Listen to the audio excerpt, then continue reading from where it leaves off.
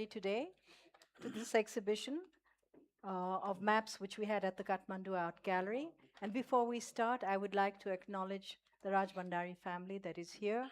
Rajiv Rajbhandari, Sanjeev Rajbhandari, and my and my husband is here. And also, of course, Buddhinaran Shresthaji, we're really honored to have you back here again. We relied really heavily on his knowledge, and he was one of our panelists for the first session of talks that we had. We're now entering the second session, and we are very pleased to have on our panel Deepak Thapa ji. He's a political analyst, writer, and director of the social science Baha, an independent research institution dedicated to the study of Nepal's social and political issues. His work focuses on Nepal's contemporary politics, conflict, and democratic transition. Thapa has written extensively on these subjects and is the author or editor of several influential publications, including Understanding the Maoist Movement of Nepal and the Politics of Change, Reflections on Contemporary Nepal. He has also been a regular columnist for the Kathmandu Post since 2009. With us today is also Amish Mulmi, a writer, journalist, and editor based in Kathmandu, whose work explores the histories, politics, and cultures of the Himalayan region. His essays and reportage have appeared in numerous international publications, including Al Jazeera, The Wire, and Himal South Asian. He is the author of All Roads Lead North, Nepal's Turn to China, a widely acclaimed book that examines Nepal's historical and geopolitical relationship with China and the broader Himalayan region. Thank you for making time to be with us here today. I've read your book too. Yeah. Now, without much ado, I would like to, both these gentlemen came to the gallery, studied the maps, found some errors, and many other interesting details. Could you talk about what you saw? Thank you, Singh, and hello, everyone. Thank you for being here with us. The way we're going to do it is I'm going to make a few remarks, very disjointed remarks, because I'm not a cartographer in any sense, not a geographer either. So I'm not an expert on the issue of maps and map making as such. What I do know is the history of Nepal, and as they relate to the maps is something that I'm going to talk about. And I guess more of that will be articulated by Amish. Mine are just random thoughts that occurred to me while I was going through the exhibition yesterday, looking at this fascinating, very fascinating collection of maps that show how the imagination of the country and the region itself evolved over time. The first thing that struck me when I looked at those maps was, how did Nepalis react to being confronted with maps that are certainly not Eastern in origin? Because in our imagination, maps are more cosmologically infused. With the geography, they're spiritual as well, such as the mandala, or you can talk about in the Buddhist tradition, or Jambudeep in the Hindu tradition. These are not maps per se, because they do not really map the geography. They're imaginations of what the cosmology or the cosmic world. And being confronted with, like as they went out into war with the Brits and confronted with things that look like maps, and certainly, when the conflict started, they would have been face to face with maps. And I was wondering, like, how Nepalis themselves would have reacted to this idea of maps, and that would be quite different from the Indians, because the Indians certainly had much more extensive contacts, both in the West by the Arabs, and of course, we've had a long history of Alexander also coming to India in the 2nd century BC. And then, of course, they've had contacts through Southeast Asia all the way to China and Japan as well. So they would have had experience of maps, both of the Western kind and of the Eastern kind as well. Whereas Nepalis would be quite devoid of that experience.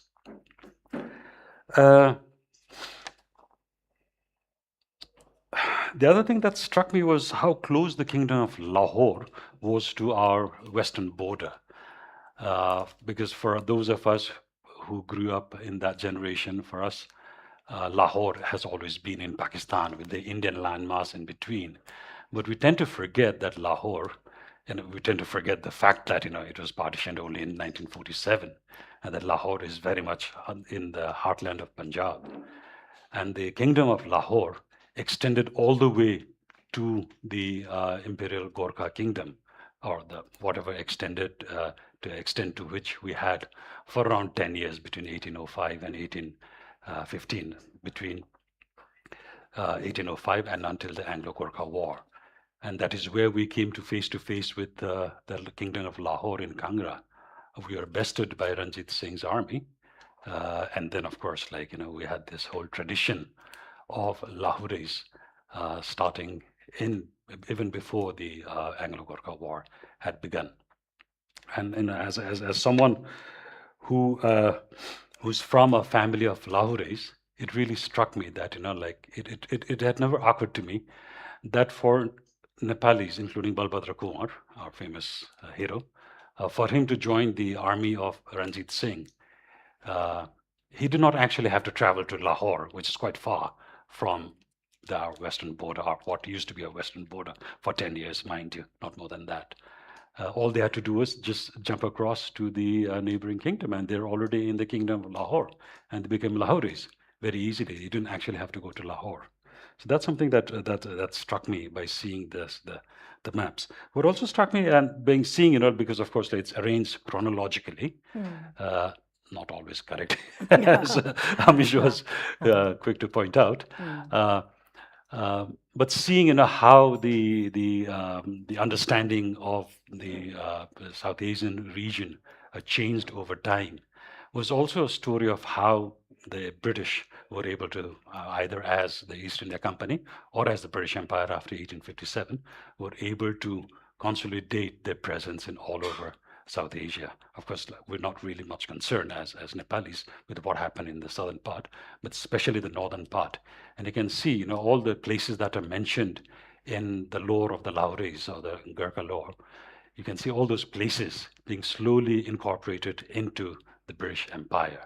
So you have places like Dehradun, which of course happened even before the British took over. But then you go all the way to Afghanistan, and places like Abbottabad and Peshawar being slowly incorporated. And then you go further east, and then you see, Assam is not part of the British Empire initially, and slowly Assam is taken over, and then Burma is taken over. And all of these are part of the Nepali diasporic experience. And we see all those names mentioned in various texts related to Lahoris and to Gurkhas, slowly being incorporated into the British Empire. The other thing that, and like I said, I'm just jumping from one point to the other, because the other thing is obviously, you can't really say much of the maps without having studied them very carefully, which I'd love to do if I had the time, with a magnifying glass, mind you. It's it's very difficult to read everything, but I would love to do it someday if it's possible. The other thing that struck me was the reference to the two kingdoms of Nepal and Gorkha in the pre-unification, pre-conquest, whatever you want to call it. It's very clear that these two are separate kingdoms. But what is also interesting is that how Nepal is used as a term by the British to refer to the Gorkha kingdom as a whole. And even though the Gorkhali kingdom continued to call itself the kingdom of Gorkha, or in the case of Amish Regni, he calls it the empire of Gorkha, the Gorkha empire, because we actually expanded and reached quite an extent for about, again, mind you, 10 years only. It's very interesting that they immediately latch on to the name of Nepal for what is actually the kingdom of Gorkha, because it was the kingdom of Gorkha that expanded and became larger and larger. You don't actually, it's very rare for a kingdom that expands and incorporates something else to be known by the latter entity. But this is what happened in the case of Nepal. And this also reminded that, it was long before Nepalis themselves called Nepal Nepal, and the language Nepali, that it was British, because we used to call it Gorkha and Gorkha Bhasa.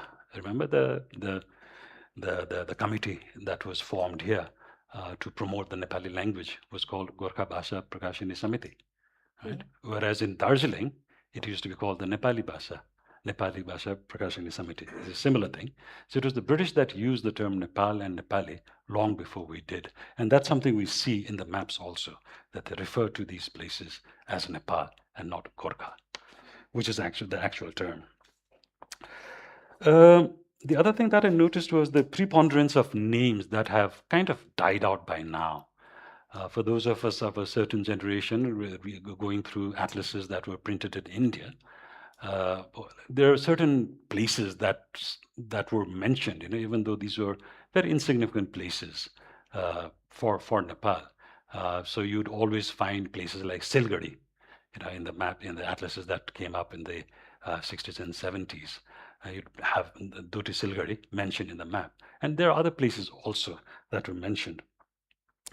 And it is, so these maps also showed very similar names that are not in use anymore. So Morang is one, although Morang district is very popular or is well known. The area itself used to be called Morang. And of course, we don't use that anymore. The other thing that was pointed out by someone in the audience was the kingdom of Malibum. It features very prominently in almost all the maps, and many people don't know. It's not part of our history curriculum. We never studied about Malibum when we were growing up. But as you can see from the maps, Malibum is a very prominent kingdom, as prominent as Palpa was, as prominent as Gorkha was. And that is, of course, the kingdom that used to surround the area of Parbat district nowadays. It used to be called Malibum in those days, but it has died away from history. And it's a reminder to us that that history is very different from what is taught to us, because it was a very prominent kingdom. If you go through the history of biography of Prithvi Narayan Shah, you'll find Malibum featuring quite prominently as well. But it was a very strong kingdom at that time. Although when we look at Parvat, it is the smallest district in Nepal. Of course, it did not actually, what is the term? It was not the same as Parvat district, but then that was where it was centered, Malibum. And these things have disappeared. It is one of the 24 Rajya in the Gandak region. The last point that I want to make is the universal use of the term Tibet in all these maps. So although it's mentioned as Tibet or Bhutan or Boardland, there's only one map that refers to it as Chinese Tartary.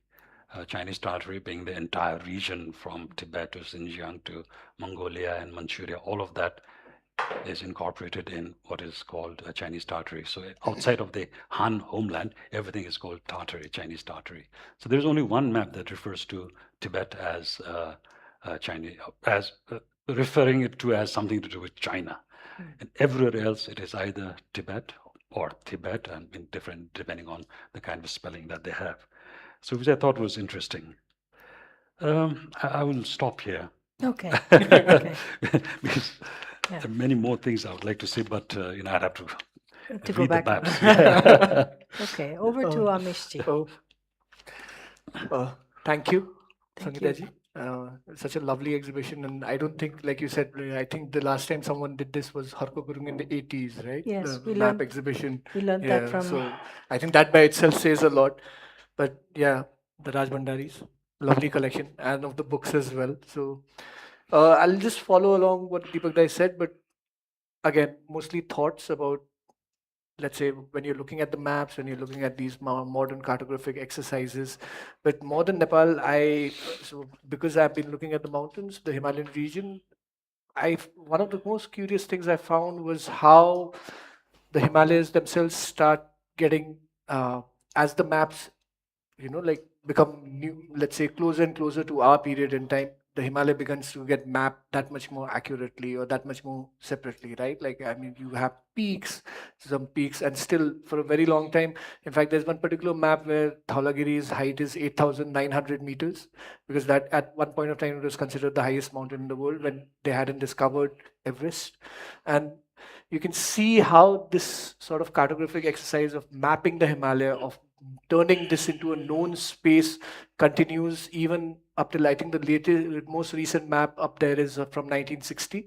And as we were just saying, in that, all the other peaks have Nepali names, but Everest is called Everest. It's not called Sagarmatha. And that tells us also that maps are that much equally an expression of local politics, of basically the situation on the ground, of the local, let's say, like aspirations of what states want, what empires want. But that's the other thing, right? Like that maps, the way these things function, even indigenous maps in many ways are a, let's say, imperial exercise, in that the state wants to know its realm. The state wants to know how much territory it controls, who, let's say, sends tribute to it, these sort of things. And one of the most curious, let's say, ideas in these maps is the colors that the Survey of India maps uses. So let's say British Dominion territory that is directly under British Dominion is pink. Princely states are marked by different colors. States that do not come under, let's say, the British Empire are not, let's say, colored. So this sort of exercise actually continues. And there was a very interesting archive I was reading from the 1910s actually, where there's a big discussion around, all right, how do you color Sikkim, Bhutan, and Nepal in these Survey of India maps? So do we mark them as within the Dominion? Do we mark them as paying tribute? Or do we mark them as other princely states of India? Or do they have a different sort of a status? And there was a big discussion around this about what are the color schemes that you use for these maps, right?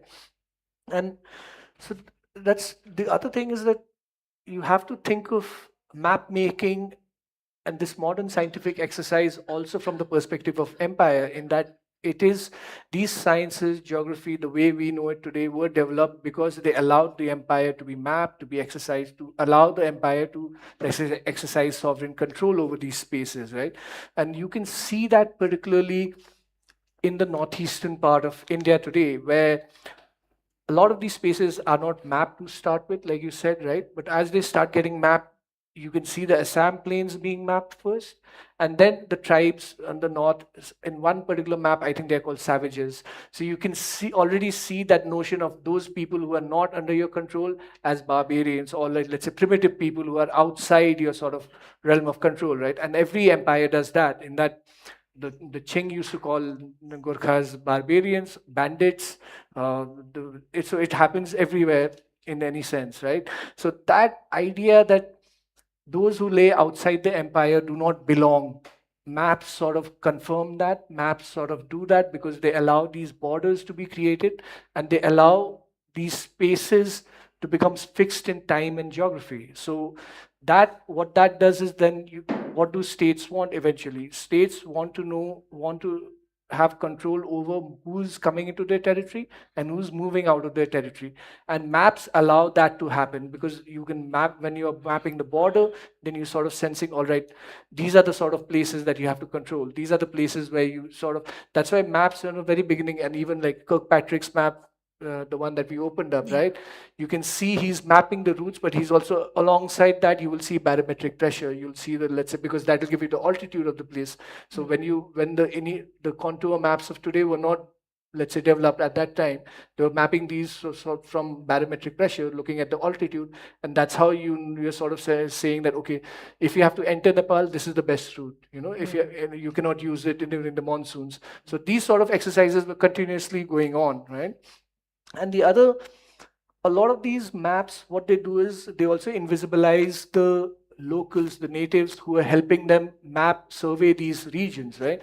A lot of these maps, you will not, mostly they're developed by, you'll see British names, you'll see Western names, but a lot of them, in fact, were mapped by individuals who were, I mean, they're called pundits. Everyone sort of knows of them. They've been written about heavily, but we still don't know to the extent of how much, let's say, information they brought back, and that, and how much extensively did the Survey of India use these, let's say, uh, like who are these people who are actually doing this exercise on the ground? I think that is one of the gaps, I guess, in the future that will sort of resolve that. But the other curious things I found were generally, like, of course, compared to indigenous map making, the sort of idea of cosmology, all of that is very distinctive, right? These are very impersonal political maps, right? But when we look at indigenous maps, you get a sense like the famous Gosai Kundu pilgrimage map, where you have the kings going, but on one side you have a drawing of a cave with a monk inside, and there's a dog. His dog is barking loudly outside. Those sort of exercises. You can see how, let's say, indigenous people from our part of the world saw this region. Like where that, all right, you look at it as a painting today, but in essence, it was a map in many ways, right? But in this, so you also see things that make you curious about what was the empire's role in in the modern knowledge that we have today of the Himalayan region, right? So, for instance, a lot of these maps till the early 20th century, actually, if I notice, there was one map from the early 20th century that still does not, that maps uh, Chomafam, which is Mansarovar, and the Rakshas Tal, right? But that doesn't map Kailash. So, did the guys who were making the map not know about Kailash? Or was Kailash, let's say, a British creation? Kailash exists in the scriptures, but the physical location of Kailash, do we know what it is, or is it the one that we worship today, the one in Tibet? Is it the Kailash that we know from the scriptures, or is it the one that the British have, let's say, like developed because they wanted to promote pilgrimage through Almora, through that Galtok, and popularize the Galtok trade station over there, as Alex McKay has argued, right? The other is the interesting thing that I noticed was that since the 1840s or 1830s itself, there was one particular map that I saw that maps the Changpo River as the same as the Brahmaputra. And this was a thesis that had long been, let's say, among the British surveyors' minds, that is it the same river? So they sent multiple, and I think the last expedition that pretty much determined this was sent in 1913. There was a Bailey's expedition that sort of mapped that said that, okay, this is the great, they touched the Great Bend, and they said that, okay, it's the same river that becomes the Dibang and eventually becomes the Brahmaputra in India. But so what you're saying, right, that a lot of imagination also goes into map making exercises, because you assume that you commit it from a certain idea that, all right, this assumption that this is the same river, you're going at it and you're working backwards from that assumption. Then finally, when you're mapping it scientifically, so as to say, that's when you realize that, all right, that's what, let's say, what local knowledge was telling you was correct, right? There's one interesting map from 1850, I think, where Muktinath is shown in Nepali territory, but Mustang is not. And that also tells you about the very sort of semi-autonomous nature, obviously, that Mustang had with Gorkha, but also, I think, like I was saying earlier, that it tells you about the limits of knowledge that map makers had at that time. So perhaps because Muktinath was a pilgrimage by this time, they knew about this region, but beyond that, Indian pilgrims never visited. So perhaps they could only map till Muktinath because they only knew till Muktinath, right? And yeah, the other interesting thing that I noticed was that till a very long time, actually in the 18th century, the Himalayan mountains have been labeled as snowy mountains, and then it becomes the Himalaya. So this sort of dissonance, right? Like I was saying, the lack of knowledge, the lack of imperial, let's say, information starts showing itself once you trace the maps chronologically, right? Where you start seeing how the empire accumulates this knowledge, comes together to become this larger idea of territory, this idea of the realm, the political sphere that the empire controls. So, yeah, that's about it. I think I don't have any other notes. So yes, thank you. Thank you so much. I think we can start with some questions and answers also. I think everyone here has gone and visited the exhibition, and we can ask Pinak to pass the mic around if you have any questions, or I think we're loud enough. You have some questions? Thank you, Deepak Thapa.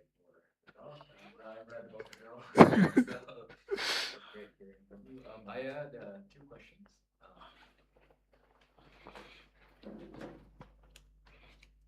So my first question is on maps as bureaucratic tools. There's a lot of territory in Nepal that's empty. And then from my conversations with Buddhinarayanji, he was talking about how in the 1950s, Satyamohan Joshi was commissioned to make the first map, and we started with 32 districts. So I'm wondering how maps and mapping of a country allows you to do administration, allows you to sort of do bureaucracy, and in a way extend the power from the center into the periphery of whatever territory you control.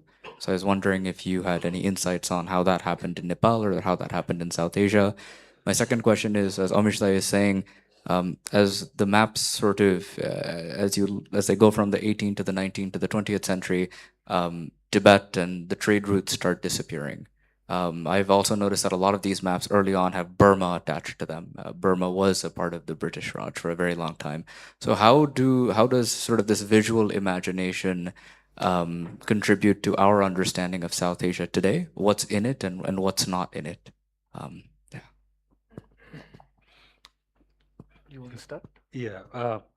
Well, I guess, like Amish has already alluded to that, that it is a bureaucratic exercise because you really need to know not only what is within your territory, but also what is just in the periphery. And that's very important as well. And that's one of the reasons why you have, and Amish mentioned the Pandits.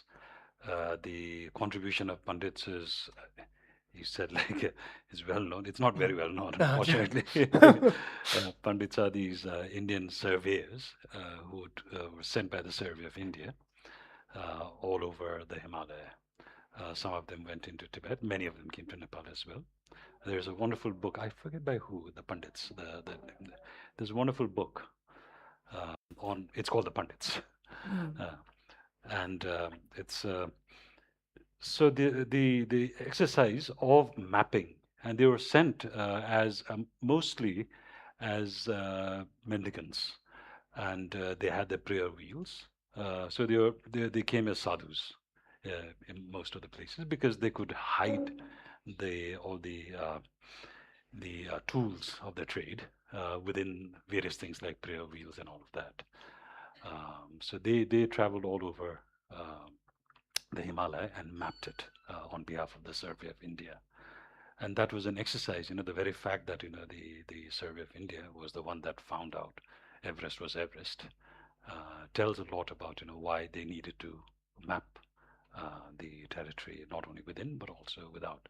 And the fact that, the Great Trigonometrical Survey of India, as it was called, took about 60 years. Was it 60 years? Something I like, think yeah, that's, almost 60 years to complete, where they mapped all of India. That was the first comprehensive mapping of India done, and which also included, fortunately, unfortunately, parts of Nepal and other peripheral states as well. And the importance of that is, like obviously very true. I mean, if you look at our own exercise, after 2017, when all these 753 local governments were formed, the first, almost among the first activities of the federal ministry, government, federal, whatever that it's called Mofaga now. It used to be called something else then. The Ministry of Federal Affairs and Local Development, MOFAL, that's what it used to be called then. Yeah. One of the first things that they did was map the 753 municipalities.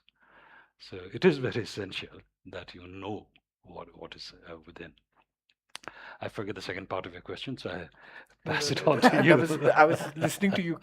What is the second question? Oh yeah, about trade routes, right? They disappear. No? I think. I mean, see now, I'll I'll pose a sort of a counter argument to that, right? Like trade routes disappear because the economic centers shift, right? So and this is something actually Vasudha Bhande writes about this, where she says that she argues that Western Nepal, Kumaon, this region, when the Yatse and the Mallas used to, the Jumla kings and all Jumlis, Doti kings, the Katyus, all of them were there, right? that used to be the hub for a lot of trade to the Nari region, right? So from Tukartok and all these places. But once Gorkha took them over, and the economic center of Gorkha shifted east to Kathmandu.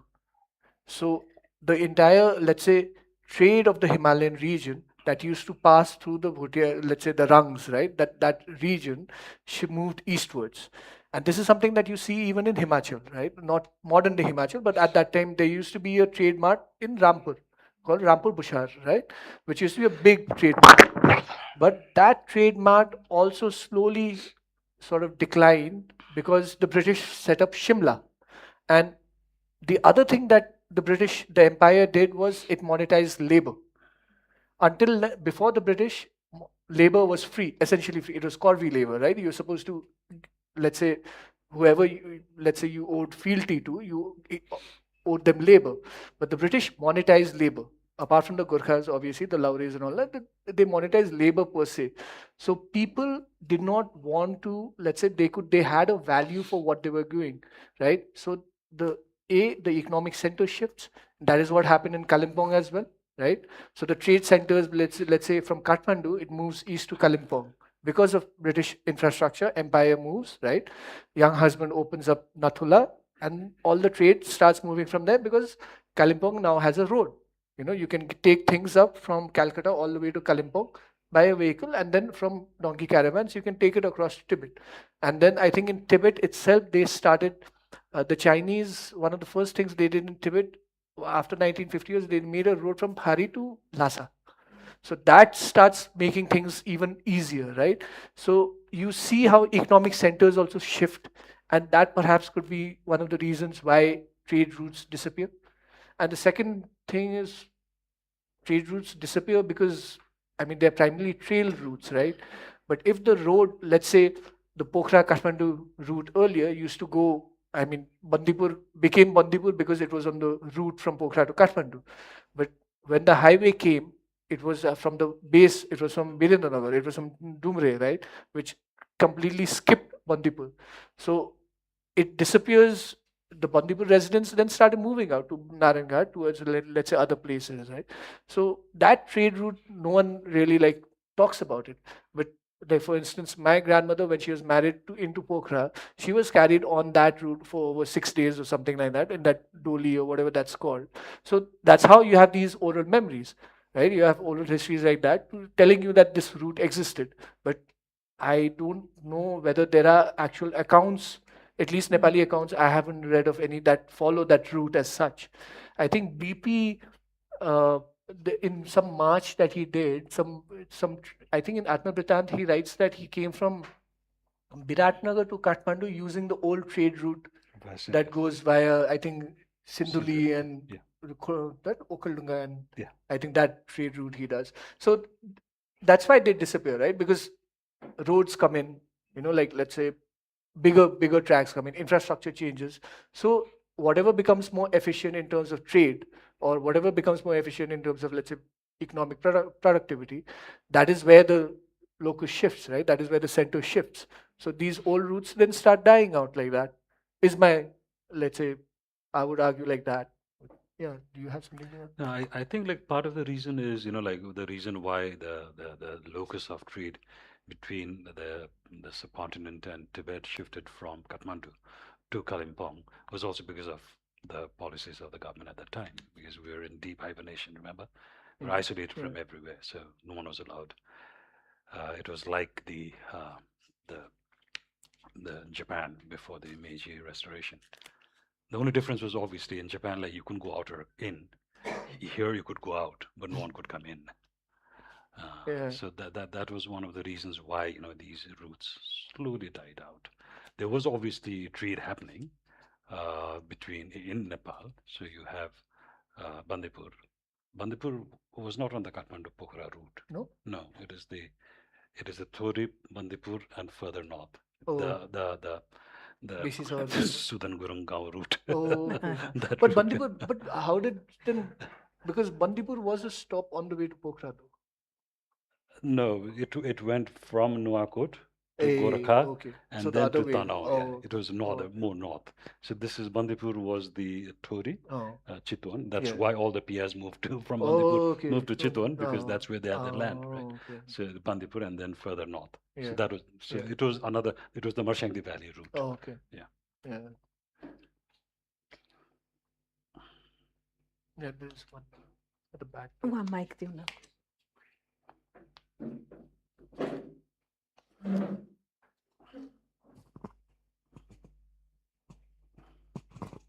So thank you for the talks. They're really, really interesting.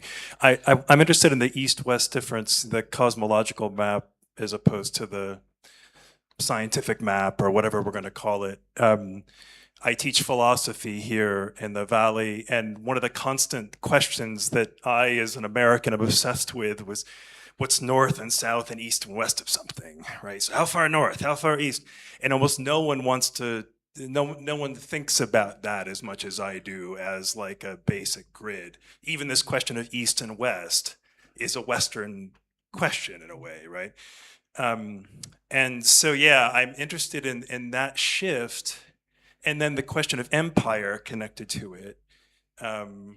Obviously, you can map this empire like in the way you're saying, and you have this sort of barbarians on the outside, et cetera.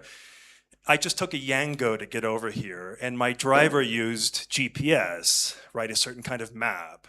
And without GPS, I would be dead already. Like trying to navigate the valley without GPS with me, I'd be lost and dead. And I wonder, here's the question finally, is there a way in which GPS, for all its imperial uses that my country perhaps makes too much of, it gives a sovereignty back to the individual in a way, because you can use that mapping to get around, and it's not quite the sovereignty, the cosmological sense of that sovereignty that maybe an individual community would have, but there's a kind of sovereignty that, well, if I'm in a bike, I can get around and I can bring other people around and make some money or something. I don't know if that question makes any sense. It sort of made sense. But the only thing I can say to that is, I don't know. Yeah. what I have GPS no does, idea. it makes us, I guess, more stupid. Because now, like, I can get around Kathmandu very well without the use of maps, without the use of GPS, because I know Kathmandu very well, right? I would have difficulty in Patan maybe, all right, but I would still be able to get around. But anyone from a younger generation would find it very difficult because, like, in the first place, you don't walk. In the second place, you don't walk like we used to earlier. And now everyone is using those things, right? To get from place A to B, everyone's using that all the time, even if it's just a short distance. And you lose the sense of directions. You really do not know where you are. If you lose your data, then you're lost. So I guess that's what it does. It does grant you more autonomy, but the autonomy to be perhaps. But is what you're suggesting a kind of pre-map orientation, so that, yeah, if I know my neighborhood well enough, I can get around, I have a good sense of direction. Maps in some respects don't they already reduce that ability? As soon as I start mapping, Yeah. I reduce my sort of empirical, sort of physical sense, my sense of feelings of certain places, right? That Right. you see depicted in those cosmological maps, Right, perhaps, right, right? yeah. So is mapping already making us more stupid? I guess would be the But if you look at it from another point of view, so if you look at, like something like, let's say, the mapping of ancient Kathmandu, which obviously was not done in the past, but if you look at works of certain scholars, how they've mapped it out, and they've tried to explain the layout of, what happened in Kathmandu and how it relates to, this particular route going from somewhere around Hanwandoka all the way to Hadigaon and then to Pashupati and then further on to Sakhu and beyond. Then it becomes a very fascinating exercise because it was never done in those days. But here, like in retrospect, like you look at it and then see, like, how it has been done, how actually the layout of cities in those days was done. And it becomes very interesting. Obviously, everything is lost now. Everything is lost, including this. I mean, like, you might remember there was this stone pillar outside outside Tangal, there used to be a stone pillar with a hole in it, and that is from according to one of the scholars, that's from Lichavi times, and it used to be there, just there, and now it's not there anymore. Someone just took it and like used it as a paving stone or just destroyed it, whatever. And of course, there's so many other examples. All of Anyway, thank you. No, I just want to add a different sort of a perspective here.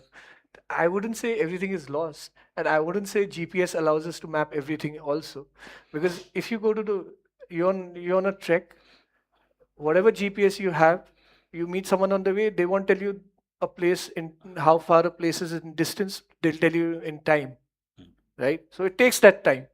So the thing is that with or without GPS, it's going to take that time no matter what, right? So that is one way of looking at it. The other thing is that, and it has, I mean, it's not that, let's say, indigenous, the way people are thinking about spaces over here, right? So, for instance, Shubhanga Pandey, he's done a paper on, let's say, when the Nepalese sent a party to Beijing, right? What were the places? It was a sort of a mapping exercise, but not territorial mapping, but a route exercise, right? A route mapping exercise, where there is the mention of how many bridges there are on the way, how many rivers there are, how many villages there are, the population of villages, how far it takes to get from one place to another. So it's the conception of space becomes very different, right? So the way you're saying it, east west, of course, they'll probably follow the sun or whatever. They'll follow the old trade routes. But the idea that, all right, these things needed to be known, information was required, right, to function even as a, let's say, tribute party, that idea still existed. So I think it's the same way, even today. GPS is giving you information. What you make of that information still remains to you, no? So let's say, like I said, you download all the offline maps, but if you're going and walking in the mountains, it doesn't matter. All it tells you is that you are in a certain place. Right? So, yeah. Dandamat. I just wanted to say that you talked about east and west, but at one time, if you left Kathmandu Valley and crossed the seven seas, you were considered polluted. So you had to come back to Nepal via Banaras and perform a religious ceremony and donate a cow to a priest and then change your sacred thread. And once you did that, then only could you enter the kingdom of Nepal. So the concept of east, west, north, south, all our planetary positions was really well known to us long before Western astronomers decided there was a ninth planet. Yeah.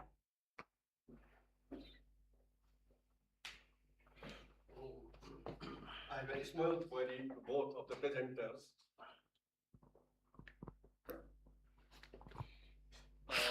My query is how is the distortion of the maps prepared by British India or British Survey of India from 1800 and 1879, etc., etc. I would like to know the reason. Just for example, in 1879, they distorted a map and they distorted the map having different names of the rivers. So, for example, the river which was originated from Limpiyadhura, before 1879, it was named as Kali, river Kalee. But after 79, they named it as Kutiyangdi instead of river Kali. And they named the river Kali towards east, originated from Lipu Lake Pass. And after 10 years, the river Kali the name Kali, Kale, was vanished. And they pretended that the river Kali may be still south than Lipu Lake Pass. So I'd like to know what be the reason of distortion of these maps. This is my query. And regarding the GPS, I would like to highlight something else. So far as I understand, GPS survey is just to establish the control points to prepare the cartographic maps. The GPS survey will be done with the help of the satellites. It needs more than 3 satellites to be observed from a single place. So, for the preparation of cartographic map, at first it needs networking, GPS networking for the control point. Until and unless the control point is correct, the map may not be exact as it was needed so far as I need. So Nepal started to adopt the GPS survey from 1991. That was, I think, I may be wrong, but when I was working for the survey department as the Director General of Survey Department, I contacted to the University of Boulder, USA. Then there was a joint MOU that they will come here with a GPS receiver, and Nepalese surveillance will be adopted, will be trained, and in 27 various spots, the GPS station will be established. That was mainly for the correction of the Survey of India map that was distorted, that was not correct, so far as I understand. And after that, so many other organizations have started and adopted the GPS technology. And in these days, this is extensively used. As for example, GPS has been used also to know the docks of our home. They have a collar and they have a GPS chips, and if my dog has been lost somewhere, it could be identified with the help of the GPS technology. Thank you so much. Well, why did the British change the maps? I think it's pretty obvious for the same reason that anyone would do that. And thank you, of course. Like we know much of what we know about that area thanks to you and your writings. I don't suppose there is anyone who is more knowledgeable about that area through extensive writings over the years. So there's no point saying anything to you because we learned everything from you. That's all I can say.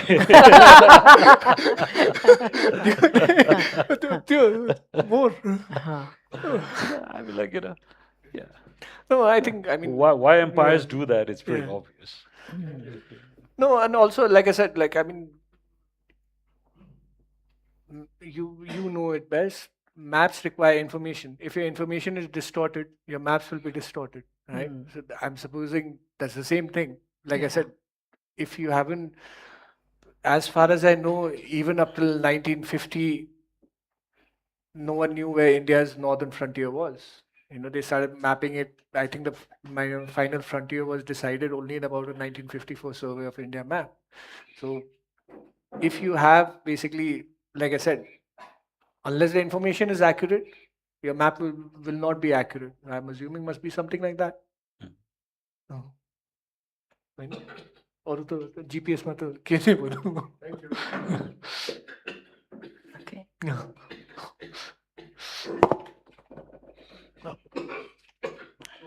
I'd like to sort of continue the same subject. It's about who controls information.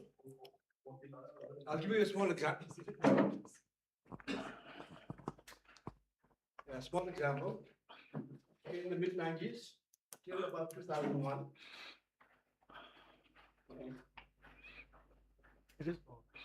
till about 2001, most of the GPS in Port Nepal used to be thrown off by about half a kilometer. The reason I know that is that our company used to run the servers for a company called Trimble. Trimble was a very large GPS company at that time. And if you wanted the accurate map, you actually had to bring your GPS to our servers and match it. Yeah. Then you get a very accurate map. So if you're using GPSs, Yeah. if you're using GPSs, I think in 97, anywhere in Nepal, your maps are at least half a kilometer off. So it's controlled. Yeah. At the same time, all maps we're seeing, the GPSs we use today, are based on American satellites. Yeah. So I'd like to, just out of interest, match that against the GPS. If you were to use a Russian or a Chinese GPS, how would the same area be mapped? Would the Gulf of Mexico be called Gulf of America. America 5 years from now? Who controls the information? And if you even today look at some of the Yeah, it's fine. oh, it's working now. If you look at some of the Google spots, where it is very sensitive to the American government, it's blacked out. Yeah. Now, would you see those information, the details of the information, if you looked at it on a Russian GPS or a Chinese GPS? Yeah. The Iranians moved all their equipment very recently from the American GPS to, I think the Chinese or Russian GPSs. Very recently because they thought they could manipulate it. Just a perspective. Not anymore. You work there? No, I'm like, it's like, when you go to, particularly in India, when you go to these big dams and all that, they say no photography allowed. And then you go to a Google map, you see everything that's there. You wonder why, right? That you even bother in this day and age to have those signs. But then, of course, like in American installations, you don't see anything. Yeah. No, but Strava found the data. No? So basically, Google Maps had blacked out all these American bases, but you were seeing users took out, so Strava took out a map of where its users were. And suddenly you see users in the middle of the Iraqi desert, in Afghanistan desert. So that's how they found out where US bases were, because these soldiers, they were using those Apple Watches, all of that, and running around. But yeah, on that, like, I mean, I remember like the first time I went to Humla, actually, to the Lapcha Pass, I took a photo there. The geolocation says Tibet. Actually, it says China, but yeah. And the first time when we went to Korla in Mustang, there also it said Tibet. So, and the last time I went, I mean, they said Nepal Telecom works there, but it took me on roaming and finished my data in like 1 minute. So, yeah, I think, I mean, although now if you take a photo at Korla, it shows you Korla, like Google Photos. I think Nepal has done something where, or Google has recognized that part as Nepal or whatever. So, but I'm pretty sure there are certain places in Nepal, Himalaya, even now, if you go, you take a photo, the geolocation will probably show you as Tibet or let's say China. So. Okay. Well, I think we're coming to the end of our talk. Any questions from the floor? Yeah, there's one there.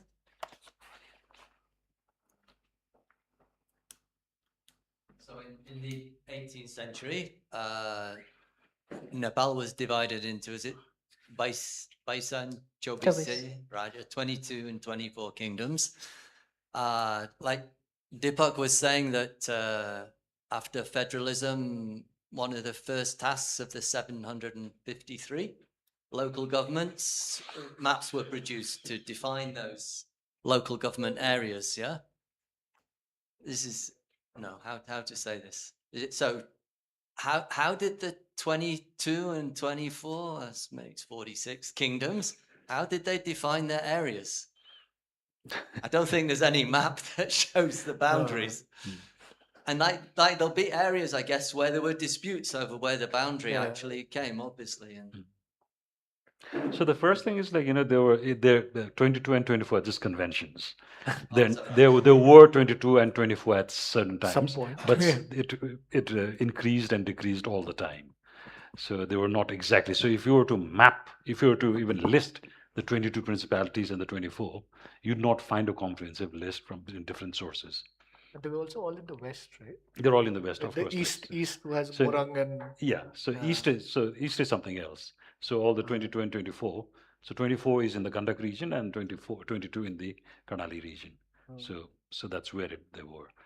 And obviously it extended from one river to the other river and one ridge to the next ridge. There's landmarks. Yeah. no, and But they were fighting all the Yeah. time. Also, I think even the- before, like yeah. when Prithvinarayan Shah came of age, they were in disputes with Tano, they were in disputes with Nuako, they were in dispute with Kathmandu, they were in dispute with Lamjung, and Makwanpur also, fighting everywhere because like no one knew where these things were. So we have tax But collectors. was there any documentation at all of where the boundaries were? Like No. It's just like in India also, in between Nepal and India border, you have people who've been paying taxes in those days, paying taxes to both sides. They're paying the Kingdom of Oudh and paying the Gorkhali government as They well. got a bad deal, yeah? Yes, I mean that used to So happen in that's- the Himalaya as well. yeah. So people were paying taxes to Tibet and to Kathmandu. Mustang was there. And Limi used to pay taxes both to like Purang. They used to pay 3 taxes actually. So and also, if I'm not mistaken, my sense is that the concept of borders is a very different in these principalities than as we are imagining it today. I don't think it is about a fixed line as much as control over basically villages' taxes, the revenue, right? Who owns the labor?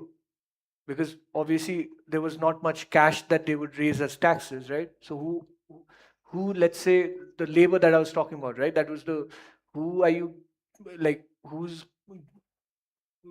owed fealty to you, who's going to build your roads, who's going to come build your houses, your temples, right? So I'm assuming it must have been something like that.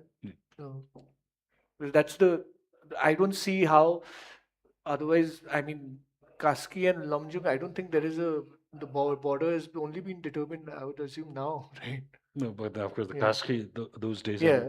and nowadays they're very different. Yeah, it's very different also, no? yeah. So, yeah. Actually, I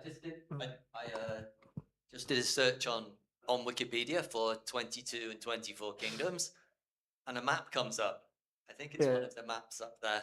Oh. So I'm not sure which one it is. Yeah. Okay, thanks a lot. Yeah. Thanks. Nepal was at conflict for so many years, right? During the time of Prithvinarayan Shah, Bahadur Shah, then you think of Janga Bahadur fighting all these battles in Tibet, and then some of our soldiers going to Kumaon and Garhwal. I mean, all that happened without maps. No, they had maps, but like I said, the maps are of a different kind, right? So you have, like, for instance, there is a Chingira map of the route into Kathmandu, to Betravati, and it reads top to down because that's the way the script is read. So the map is, because the script is read top to down, right? The map is presented that Shigatse, where it begins from, is on the top and keeps coming down. Okay. So yes, orientation wise, yes, it is, but Shigatse is not directly below, like on top of Kathmandu, right? Right. But on this, it's straight up, like it just shows a winding path. There are hills, and it just marks place. So there's a place called Iron Chains Bridge, which is assumed to be the Raswa Gadi, the where there used to be a bridge to cross over towards Kerum. So there were maps, right? And like I said, the Nepalis are also mapping distances. They were mapping bridges. They were mapping rivers. So settlements. So all of these, and the other thing is, of course, like as I was saying, I'm sure we have indigenous maps from those times, but Yeah. I'm, Where do they sit? yeah, they're not in the public domain. So yeah, Okay. yeah. I you hope had they'll to- be Yeah, archived. there's one. Yeah. You did it. My question was just, we've been talking about like borders being so vague, and even with the maps that we saw upstairs, the maps kind of end up changing and get disproportionately changed because it's mostly the colonial people that are kind of marking the northern face of India, like you said. For me, with the Himalayas, we have a distinct rational border with the mountains that distinguish Tibet and Nepal, and even with the Trishuli River, you can distinguish Gorkha, Kaski, and also Bagmati, right? But when it comes to the Indian northern frontier, how exactly has Nepal kind of distinguish the border? Because you can see in America where there are complete imaginary state lines, but in Nepal it's a bit different. So how exactly are Nepal's borders kind of drawn? With The- the British, it was the rivers, right? With the British, it was the rivers on the east and west, and I think it depended on the parganas that were paying taxes to Awadh vis-a-vis to Palpa, and there was basically so there is a proper I think Bernardo Michael, right? Bernardo Michael, I think he has a very good study on how the British in India and Nepal's borders were drawn. And in the mountains, actually, the mountains are not a clear border. So, for instance, Bhutan used to own a piece of land in Kailash. Ladakh used to own a piece of land in Kailash, right? There is some evidence that Bhutan used to have 6 monasteries in Mustang. So, I like you can have enclaves in each other's things while acknowledging a certain border, right? So, for instance, mountains, the peak is obviously, let's say, impassable. But let's say Pokhraj's case, right? Annapurna, Mustang, right? The peak is, of course, impassable, but the Kaligandagi Valley is there. So you don't always follow the peak, but you follow the river. That's how a lot of these geographic, let's say, connections are drawn, right? So Mustang trades, the direct trade route is towards Gorakhpur. That's how you see through history a lot of basically records where it says so there is actually a record from about 1850 from a pundit, from an Indian pundit who says that at The explorer Pandit. yeah, at Explorer Pandit, where he says, I think at Tansen, 4 roads converge, one coming from Salyan, one coming from Mustang, one coming from east from Kathmandu, and one going down to Gorakhpur. So you have these areas where these sort of ideas of territory, these ideas of how people are moving, they're converging, right? So I wouldn't like that's the whole contention, right? The mountains are fixed, so therefore they are a barrier, right? That's the colonial way. But you can see through history that movement is what has been marking the people of the mountains. Yeah. They're always moving because that is the only way you can have economic surplus. I guess like it relates to what Sangeetaji I mentioned earlier, or like if they didn't have maps, how did they figure out who, like, where your territory extended till? It all had to do with who's paying taxes. Yeah. I mean, if you look at like what Amish was saying is like if you look at the northern border, when you look at it on a map, you see the mountains, right? So obviously, north of the mountain is Tibet, and the south of the mountain is Nepal. But when you go to the mountains, it's not that simple because mountains are not linear. So, sometimes they are jagged this way, sometimes they go that way. And the imagination in Nepal for a long time was that, Mount Everest was ours. The entire massif was ours. Obviously, it was not, it was 50-50. And there is this popular conception in Nepal, that a misperception in Nepal, that Mao Zedong forced King Mahendra to give up part of that, forgetting the fact that the first attempts on Everest were from the other side. Oh. So obviously, it belonged to both of us, but no one was actually there marking, okay, this is yours and this is mine. But that is easy, okay, where you have mountains and then like north and south, the northern watershed and the southern watershed. But if you go to a place like, what was the place, Mustang, the border, Korala, you don't have that. It's a flat land, right?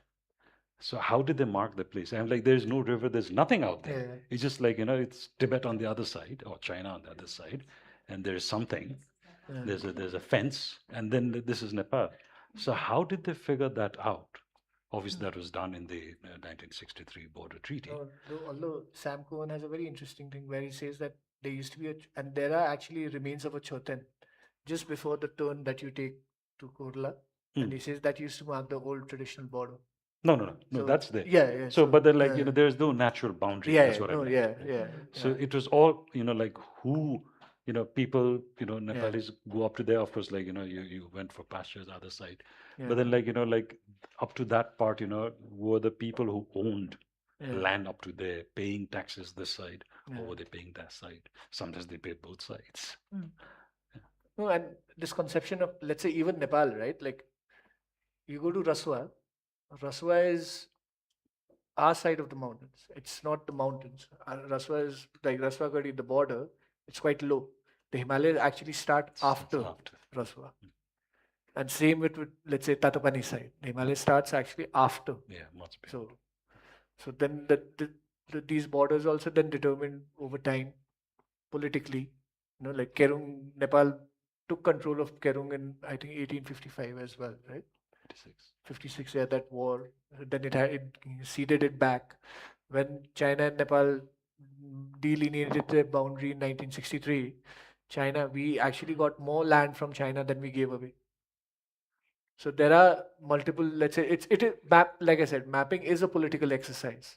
So a lot of basically determination of boundaries of territories is a political, let's say, like there's a political reason behind why certain places fall in certain states or countries and why certain places don't. It's like the partition of Bengal, right? I mean, it was Bengal, then it became East Bengal, West Bengal, then it became East Pakistan, West Pakistan, then it became Bangladesh. So all of this is one space, but just over a period of time, through maps, through political decisions, become different spaces, right? So, I just wanted to add one thing to what Amish was saying. For a very long time, the southern border, you couldn't cross all times of the year, no? You Yeah. had malaria, you Yeah, had OL, yeah. and you could only pass through the southern border for a couple of months Yeah, in the in winter. the winter, So the yeah. way that people imagined the Nepali southern border isn't the way we imagined it now. The Yeah. Tarai was not as accessible as it's been now. Yeah, yeah. So I think it's also a matter of how have we sort of changed the ecology to make Yeah, it fit yeah, within the yeah. nation state, and then how did the state then move people there and imagine that Yeah. imagine that territory as a part of Nepal, particularly with the cities in the west with Mahendranagar and Birendranagar Yeah. and the folks that were moved there. So just to say that ecologically, we've also changed borders to sort of fit within yeah. our idea of the nation state.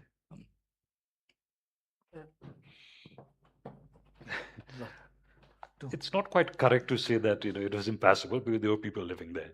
Yeah, right. living yeah, there. I mean, From the Harul's hills, there, yeah. from Yeah. the hills. So from our Yeah, perspective, yeah. from the perspective of the rulers, that's what it seemed like. For the perspective of the people like who had land Yeah. there, so they come only in the winter and then they take the Bali and go back. No, right? but even traders, Yeah, like yeah. there is an account that Dharmaswami guy, the 13th century Tibetan pilgrim who went to Gaya. So these guys actually they waited. See, he went to Simrangarh and he waited till there were about a big enough party to cross the Tarai because the Tarai was also wild, right? Yes, There were yes, jungles, yes. like bandits, animals, all of yeah, that. So yeah. they would wait till a big party happened, Yeah. and then they would also go across Yeah, like that. yeah, So, yeah. But there were people living Yeah. there all the time. Yeah. And maybe this is an interesting question, but how were they made to become a part of the state is also a question, no? Like, how are these people Yeah. then? To read that, you incorporated read into- Bernardo Michael's book. Yeah, yeah. It's a yeah. fascinating book. It's a really fascinating book. Yeah. Colonial bureaucracy versus indigenous bureaucracy.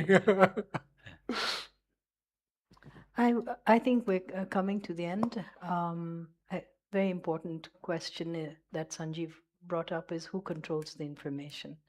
And I see Banu is in the audience.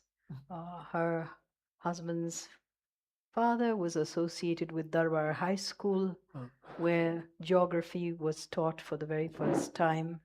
And from what I gather, there are very few students for geography now at Tribhuvan University. And I think that lack of is really detrimental because we Nepalis, we need to do our own cartography and our own geography. And if there are not enough people who know about our own land, that puts us at a huge disadvantage. So I hope this map exhibition serves as a really good example for knowledge sharing and to see how map making is so important for a nation state like ours, which is in flux. I hope we don't lose anything more, and we can take control of what is rightfully ours. So on that note, I would like to thank everybody. I have a small token of appreciation for our speakers. Back गरेको ल्याउनु Vinod.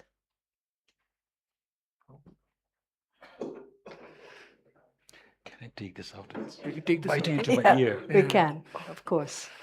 And also, if people know of any other people who have maps in their archives. It's really important that we marry these collections together. I would like to mention that Lisa Chogyal is working on a book which documents the maps of Francis Buchanan Hamilton. And there's a lost map made during the time of Janga Bahadur. There are indigenous maps sitting somewhere. It would be beautiful to put it all together and to. Map from Steve, right? Yeah, and Steve has brought a map. Yeah, yeah. So which we'll put up as well. Thank you so much. A small token of appreciation for you, Buddhinaranji. Please, topelai pani for the last panel. Thank you so much. And for the two Rajbhandaris who are here.